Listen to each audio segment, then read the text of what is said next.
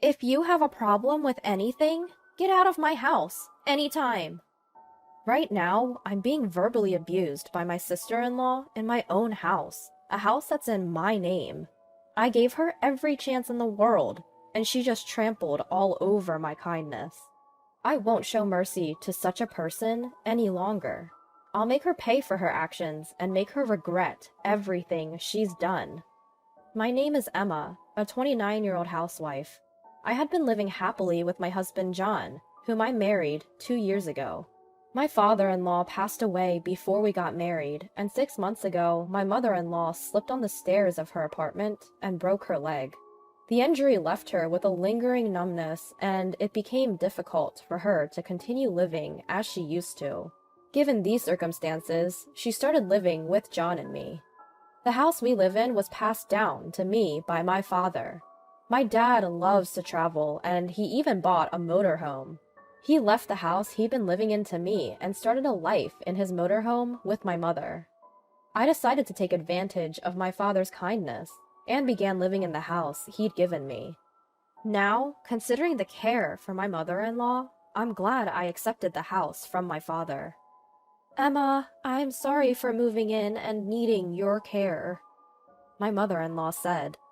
It's okay, mother-in-law. Please, don't worry about it, I responded. From the first time we met, I liked my mother-in-law because she always maintained a healthy distance. That's why when she got injured and my husband suggested she move in with us, I could accept it without hesitation. Then, one day, a storm blew into our peaceful life. The doorbell rang while I was in the middle of cleaning the house. Yes, who is it? When I opened the front door, there stood my husband's sister, Jessica. Hey there, Emma! Long time no see! Oh, Jessica? Don't be so surprised. We're sister-in-laws after all. Well, about that sister-in-law thing. To be honest, I've never really been fond of my husband's sister, Jessica. She had been living with her husband for quite some time before John and I got married. She recently had a baby, but she demanded a hefty baby gift from my mother-in-law and never let us meet her grandchild. Not to mention, she was utterly selfish at our wedding. This food is awful! Totally killed my mood. She had no problem loudly complaining about everything.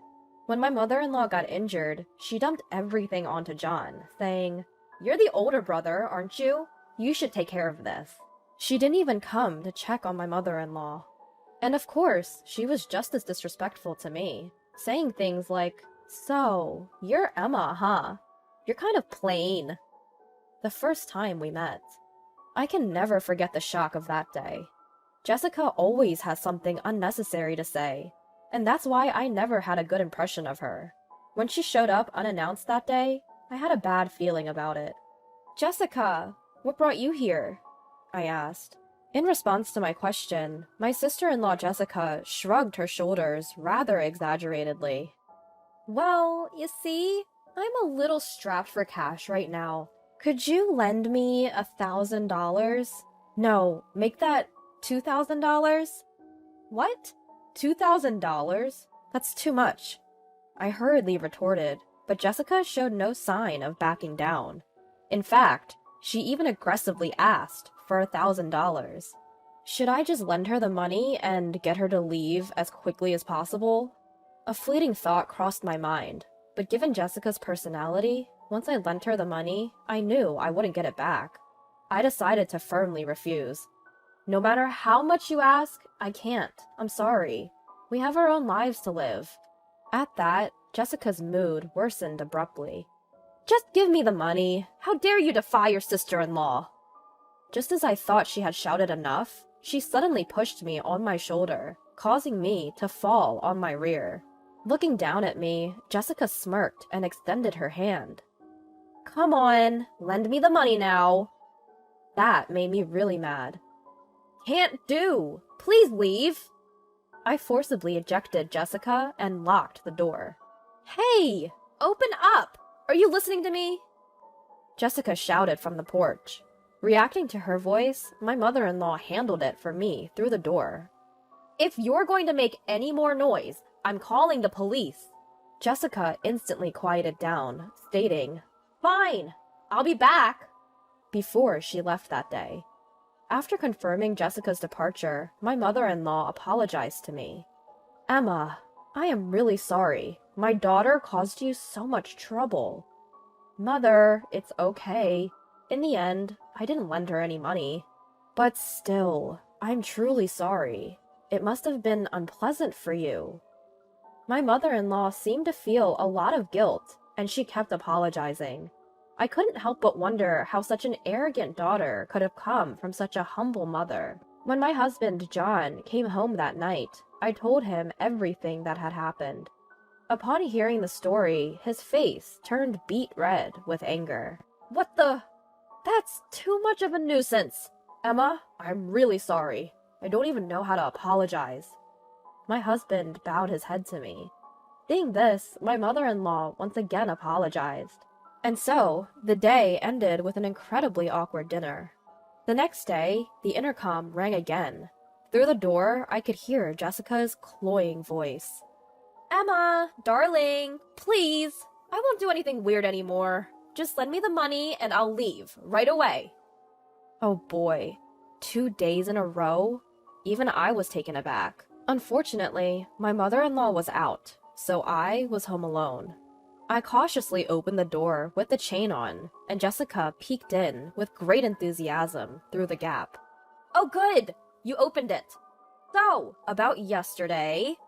"Jessica, like I said before, I can't lend you money." At my preemptive strike, Jessica frowned for a moment, but then quickly began to feign tears. "But if things continue like this, I'll starve to death with my daughter." "Starve to death? What do you mean?" "I'm in debt to my husband." Sensing that I had taken the bait, my sister-in-law Jessica immediately responded. "Because of these debts, I can't even live properly. I don't even have anything to eat for tomorrow. Do you understand how I feel?" Really? Are you kidding me? Who does she think would sympathize with such a cheesy sob story? Does she expect me to say, "Oh, that's tough. Let me lend you some money"? While I felt like pointing out the absurdity of her claim, I responded calmly. "I understand you're going through a hard time, but we have our own lives to live. I'm sorry." Upon hearing this, Jessica instantly stopped her sobbing act and her face twisted into an angry scowl. "What? You're just gonna abandon me in my time of need?" Seeing this conversation was going nowhere, I quietly closed the door. Jessica was still ranting and raving at the front door. After a while, my mother-in-law returned from her day service. "You! Are you causing trouble again? I told you I'd call the police, didn't I?" At my mother-in-law's stern words, Jessica hastily made her exit. "Emma, I'm sorry you had to deal with all this while I was away." My mother-in-law apologized, looking sorry. I cheerfully replied, "Oh, don't worry about it. I kept that chain on the door today. Plus, you returned just in time, so that was a relief." That night, the three of us, my husband John included, were all talking about Jessica. "Next time she comes, you don't have to answer. She'll only take advantage if we keep dealing with her." Upon hearing my husband's words, I decided to ignore Jessica from then on. A few days later, after a period of silence, Jessica returned to our house. Ignoring the incessantly ringing doorbell, I suddenly heard a loud "Ah!" from afar. It clearly wasn't Jessica's voice. Was that a baby crying?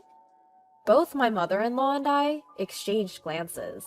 Cautiously opening the door, we saw Jessica holding her daughter. "Wait, Jessica, what's happening?" "Yeah, what's the big idea bringing a child here all of a sudden?" My mother-in-law and I were in complete panic. Ignoring our shock, Jessica began to explain. "So, here's the thing. I just got divorced from my husband. I have nowhere else to go, so I thought I'd stay at your house for a while." "Wait, you're planning to stay here?" My mother-in-law and I were left speechless. Living with such a nuisance is not a joke. However, we couldn't abandon a crying baby right in front of us. My mother-in-law felt the same, and understandably so, as this was her long-awaited first grandchild. Hey, it's okay, right? I can do household chores and help care for Mom. Jessica, whining like a child.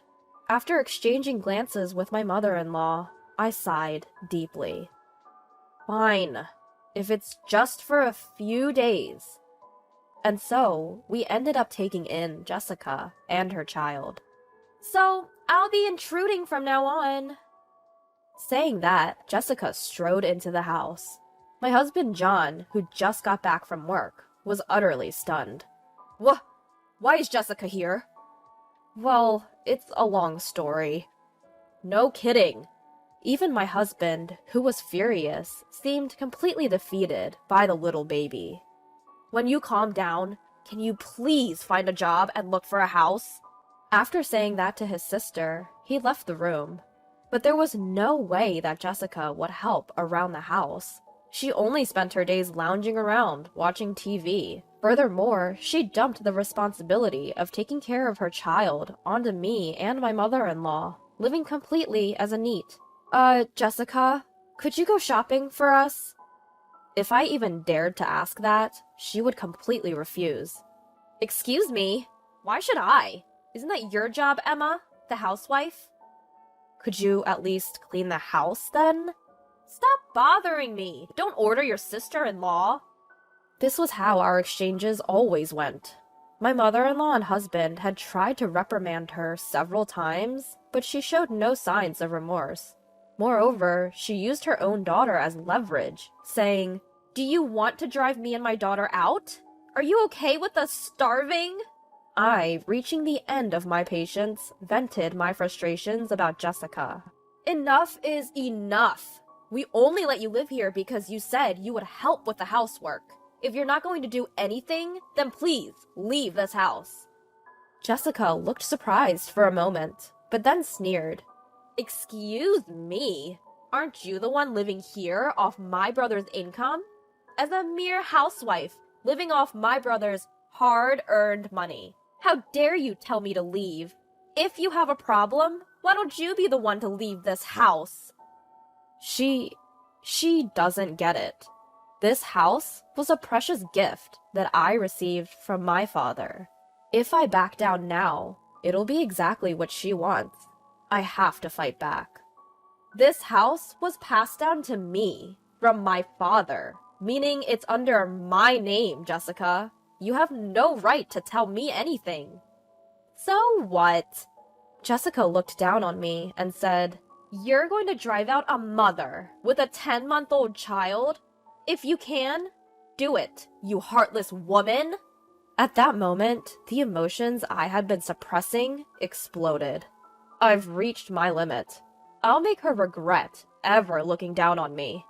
I turned to face Jessica. Fine, I'll leave. Do whatever you want. What? Everyone in the room was taken aback. Jessica then started to smirk. Oh, really? Sorry about that.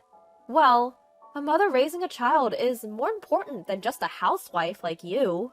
With a mocking tone, Jessica took her daughter and left the room. Hey, Emma, what was that all about? My husband John and my mother-in-law were shocked.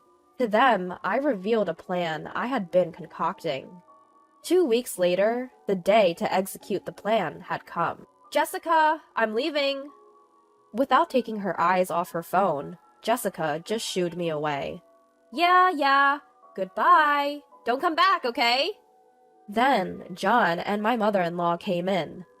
We're leaving too. Huh? Jessica was caught off guard by John's statement. Wait, what does that mean? I thought only Emma was leaving. There's no way that's true. Both your mother and I are on Emma's side. We're cutting ties with such an unreasonable sister like you. What? How dare you? My mother-in-law also counters my husband. It seems like we made a mistake raising you. We sincerely apologize to Emma. We don't think of you as our daughter anymore. From now on, do as you please. Wait! Just hold on a sec. Are you just going to abandon me, Mom? You'll never see your grandchild again. Unfazed, Jessica's mother brushed her off. I don't care. All you ever did was demand baby gifts, and I never got to see my grandchild anyway. Please don't use me only when it suits you. No. Mom. Jessica's face gradually turns pale, but I have no intention of helping her now. I decided to give her a final, ultimate revenge. Oh, by the way, we're selling this house, so you should find a place to live by the end of the month. Sell? This house? Jessica is in a complete state of shock. Wait a second. You're joking, right? It's not easy finding a place to live. We don't care. We're moving, so goodbye. Wait! Please, forgive me. I promise I won't complain anymore. Please, take me with you. Jessica was screaming and begging, but we ignored her. We took only the essential belongings, and John, his mother, and I moved to our new home. Jessica, left without a place to go, ended up living at her ex-husband's house. His debts are still accumulating, and now Jessica has no choice but to work part-time. If she had behaved decently in our house, none of this would have happened. Truly, she reaped what she sowed. However, there is a part of me that is grateful. Thanks to this, we were able to move to a wheelchair-accessible apartment. John's mother can now move around much more without any help. The security is also well established, so even if Jessica comes to visit in the future, we won't be bothered as we were before. John and his mother still feel guilty, but since we gave Jessica a taste of her own medicine, I'm not too bothered. Just being able to live happily with John and his mother is enough to make me feel blessed. From now on, I want to take care of those who care for me. I sincerely hope that the house we inherited from my father goes to someone wonderful.